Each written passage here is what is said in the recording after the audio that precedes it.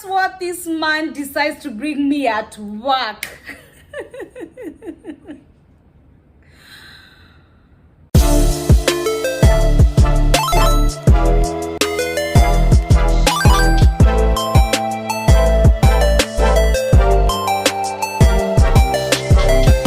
Hello my beautiful people, I hope everyone is doing great today. It's a story time. This is the first time ever that I've actually done a story time on my YouTube. I'm a very good storyteller, that's what my friends tell me. Today's story is actually very interesting but also very embarrassing, but it is what it is. So pour yourself a glass of wine, pour yourself a mixed drink if you like liquor. If you don't even drink alcohol, pour yourself whatever you want to drink, and let's get into it. Before we proceed, please don't forget to hit the subscribe button. Don't forget to like this video, share it with your friends. We are currently on a journey to 300 subscribers, and I am very excited. To those of you who follow me and show me love, I love you. Let's get into it. Today's story is about a guy that I met who was very perfect on the outside but wasn't shit on the inside. So this was when I was when I was still living in Dubai, and a friend of mine told me about an Afro night that used to happen every first weekend of the month, and to be specific, it was in JBR. It was in Hilton Hotel, and rooftop bar. If you're living outside your country, and like for example for me, I was living in Dubai, and every time that I would go to like these big clubs, I never felt left out, but it's like they would only play one or two of like African music, and as much as everything else would be so neutral, it was like there was still a part of me that was really longing to like go crazy on having like a complete African night, not even Kenyan, just African night, because I love Tanzanian music, I love Nigerian music, I just love everything African. So when she told me about this, obviously I was very excited. So we get dressed up, we put on our makeup, we pre-game, we're feeling ourselves, we're looking cute or whatever, and we go out there. I think it was around 8:30 to 9, so it wasn't too early, but it wasn't too late. So it's like when we met, okay, we got there when the crowd was like, it wasn't like empty or anything like that. Like we still had like, it was a vibe. It wasn't too full, but it was a vibe. But it got really full later. I didn't know that was a thing, but I understand why it was. Just because most people, there are so many Africans in Dubai, and to have an Afro night dedicated for Africans, that's amazing. So we got there. Me and my friend found a place to. It was only two of us. There were empty chairs, but there wasn't any empty tables. But we didn't want to sit at the bar either, just because we wanted to like dance around and all that. So we found like two seats at a table that had all these other people. It was all cool. It's one of those nights that you go out and you actually don't even buy yourself a drink, because server comes and they're like, oh, you gotta drink from that table, you gotta drink from that table, you gotta drink from that table. And you're like, I knew I was cute, but I didn't think I was that cute. The music was amazing, the DJ were amazing, and one thing about those kind of Afro nights that I came to realize is that they bring like different big DJs from different parts of Africa. So that was really cool. I don't even know who the DJ was on that night, but like I told you, I did continue to go on different other nights, but that DJ was amazing. We are at the center of attention. We're getting free drinks, which is, I mean, when you're a girl and you look good and you're getting free drinks, that is a vibe. That is a vibe, period. Dancing, we're drinking, and I'm getting tipsy. So I go to the bathroom. I remember going to the bathroom. I remember someone just grabbing my arm. I actually thought it was someone that I knew. This fine African man. I know I'm fine, but when you have someone also like super fine and who's your type approach you, it's like, I remember he was very tall. He was like 6'3", and he was like very lean, and he had on glasses. And I'm just describing you, so if you're watching this video, just know You ain't shit. He was very collected. I'm like my man collected. And he was like, hey, where you off? I'm off to the bathroom. He was like, "Ah, I just think I've been checking you out the whole night." I was like, oh, really? Have you? And yeah, he was like, it was really hard for me to get a hold of you just because wherever me and my friend sat, I knew what he was talking about. Just it was a very busy situation where we were seated at. But then he was like, so can I get your number? I mean, if you're cute and you come to me respectfully, I see no reason why you shouldn't have my number. I see no reason why. So anyway, I give this guy my number. I go to the bathroom. I don't see him for the rest of the night, but I see him right before I leave.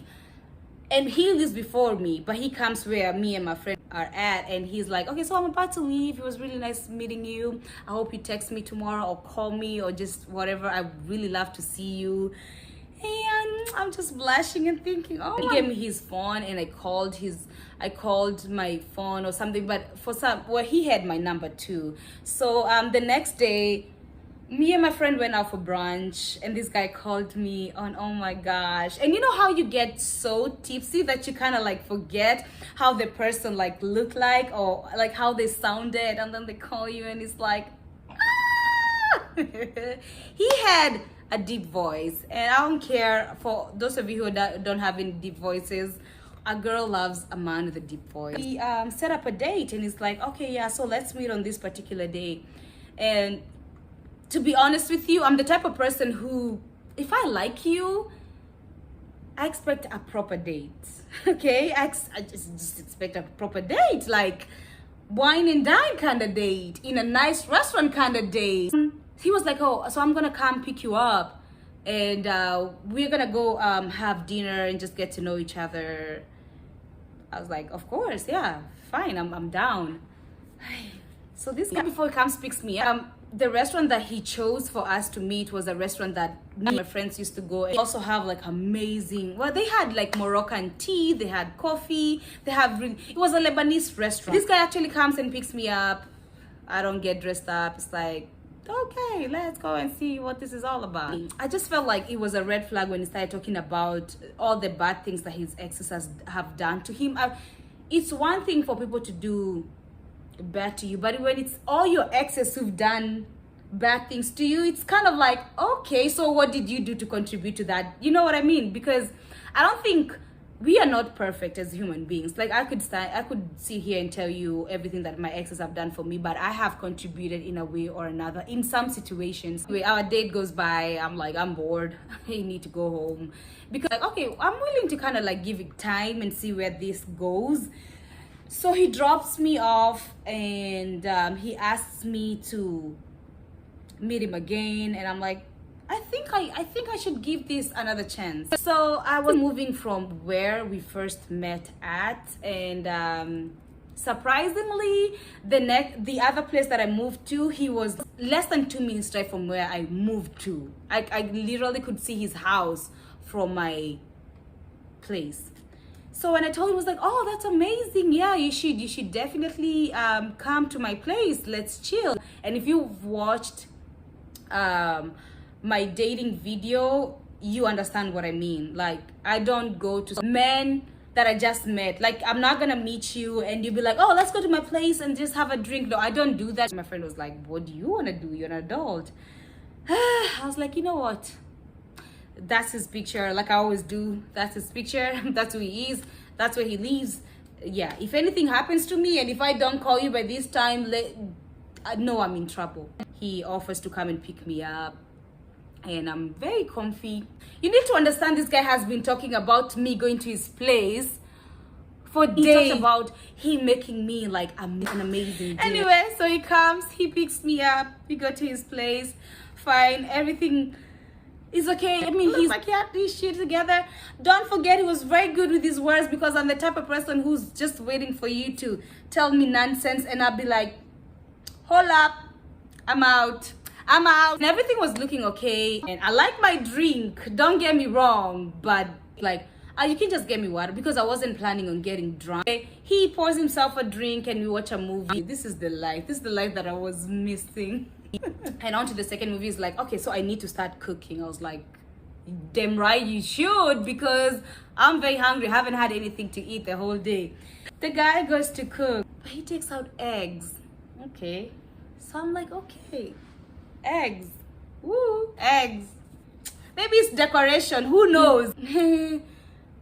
We are still conversing. Take out this whole jar of, we call them Indomie. Americans call them ramen. I stopped focusing on the movie. Now I was like, okay, so what's really going on here? Like, is this guy really joking? Now I have to stand and go to the kitchen, because I'm really confused at this point. Like, what's really going on? Like, what was happening? What's happening? My love of my life, my husband. What is going on? This is not happening. I didn't say anything to him. I did not say anything to him. So that's it for the dinner. And it serves onto the plates, which are so huge. I'm a foodie, but I can only eat so much at a time. And also, I'm not trying to eat Indomie. I'm not trying to eat the boiled eggs. First, it's 9 o'clock by the time we're eating. I'm not trying to eat all that, whatever he prepared, because it was so much I could not process. It's too much, and it's not. I can't. I'm not used to that. My stomach just can't do that. But anyway, I didn't say anything. Everyone holds their own plate. It's huge. I put it on my lap right here, cause now I gotta face it, and I gotta deal with this. I'm not gonna lie though, the plantains were amazing. The plantains were amazing. They were amazing. The plantains were good. But I think I was also getting overwhelmed by the size of the plate, because he gave me a pillow when he saw that I was struggling just reaching. He gave me a pillow and told me put it here and eat it from here. And guys, when I tell you, I really struggled and I don't mind that happened, but it's like his plate was already big. But he took my plate and he finished it. And he's like more than happy to finish it. Actually, it was like from what he asked me about, if I wanted to carry my plate, and I told him no. It's like he was just waiting for me to say no so he could finish it, which is no problem. Do whatever you do when no one is looking. And I had to watch him. And the speed that he was eating at is like, that is what he eats every night. And this guy, oh my god, you guys. I just wanted the earth to open up and swallow me, because there's no reason why I was doing this. After we finished that, I can't, oh my god, it's so embarrassing. You'd imagine after me going through that, I'll be like, okay, I gotta go home. Either get myself a taxi or ask him to drop me. No. We're on the couch, we go back to the couch and we start watching a movie. And it was nice. And so he starts rubbing my arm and I'm like, ooh, okay. I don't care whatever I ate. Now we're into action. Action, baby.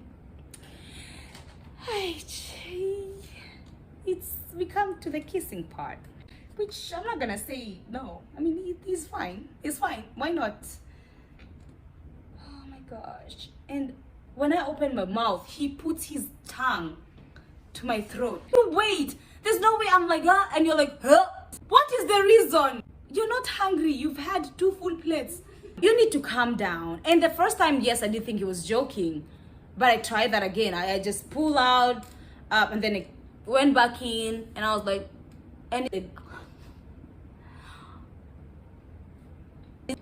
Caroline, if you have any respect for yourself, it is time for you to call yourself a taxi and leave this man's place. And just leave this man's place. I told him, I actually forgot tomorrow I need to wake up really early. Yeah, I thought I was gonna work which I was actually off the next day. That's the reason why I went to his place, having such a busy schedule. And he was like, I thought you were gonna come here, spend the night with me. And he actually took me to his balcony. He showed me from his balcony, like, have a pool. Like, sir, whatever you've shown me tonight, the last thing I want to do is go to your apartment pool with you. I have a pool where I'm from. Like, that is not even the point, but you are a disappointment. You are a waste. I tell him, like, you don't even have to drop me. I'm just gonna go out and just. He was like, no, I can't let you take a taxi home. I'm gonna drop you. It's just literally right here. So he dropped me, and I was like, never will I ever. So I go home. Oh, he's still trying to chat me. He's still trying to talk to me. He's like, oh, so what are you doing today? Yeah, I'm working. He's like, yeah, I was thinking maybe I could bring you lunch. Ooh, my stomach just turns. I'm like, no, you don't have to. I'm fine. You're good. No, he's like, no, I insist. I really want to bring you lunch. I know you work the whole day from morning to evening. Blah, blah, blah. I'm like, you know what? Yeah, that's fine. It's like, maybe this guy learned. Like, he's so... time that we were together, I didn't really eat whatever is cooked. Maybe he's gonna change the diet. Guess what? This man decides to bring me at work. Same diet. I feel so bad because I'm not the kind of person who wastes food. But his food, that kind of food that is like, yeah, I just picked it up and he was like, oh, I hope you enjoy it. I cooked it with love. Yeah, I'm sure you cooked it with love. I gave it to one of my coworkers and I told them that is African food. And my coworker was like, oh, wow, this is amazing. Yeah, amazing. Eat that. Because I am not and I don't want to waste food. That is what we eat. Obviously, this guy just kept on texting me, talking to me. He wanted me to meet his mom when the mom came to Dubai. Like a few days after that, meet his brothers. I used to text him, like, I didn't completely like cut him off. I just stopped responding to his messages. Like, I would respond to him in a day, then 2 days, then a week, and then he finally gave up. When I tell you, we go through a lot as women. We do. Yeah, so that's my story time about a fine man that I met that was only fine on the outside. Wasn't shit on the inside. Yeah, but that is it. So, what I would tell you, ladies, if you feel someone is coming on to you, giving you things and just giving you an experience that you don't like, peace out. Run for your life. Run for your life and go and run for your filet mignon. Go and run for your red wine. Go run for your good stuff. Woo-wee. Please don't. Do not. So yeah. So before I leave, if you guys enjoyed this video, please go ahead and subscribe. I love you guys so much for supporting me. And yeah, as always, nawapenda sana. You guys have a great night.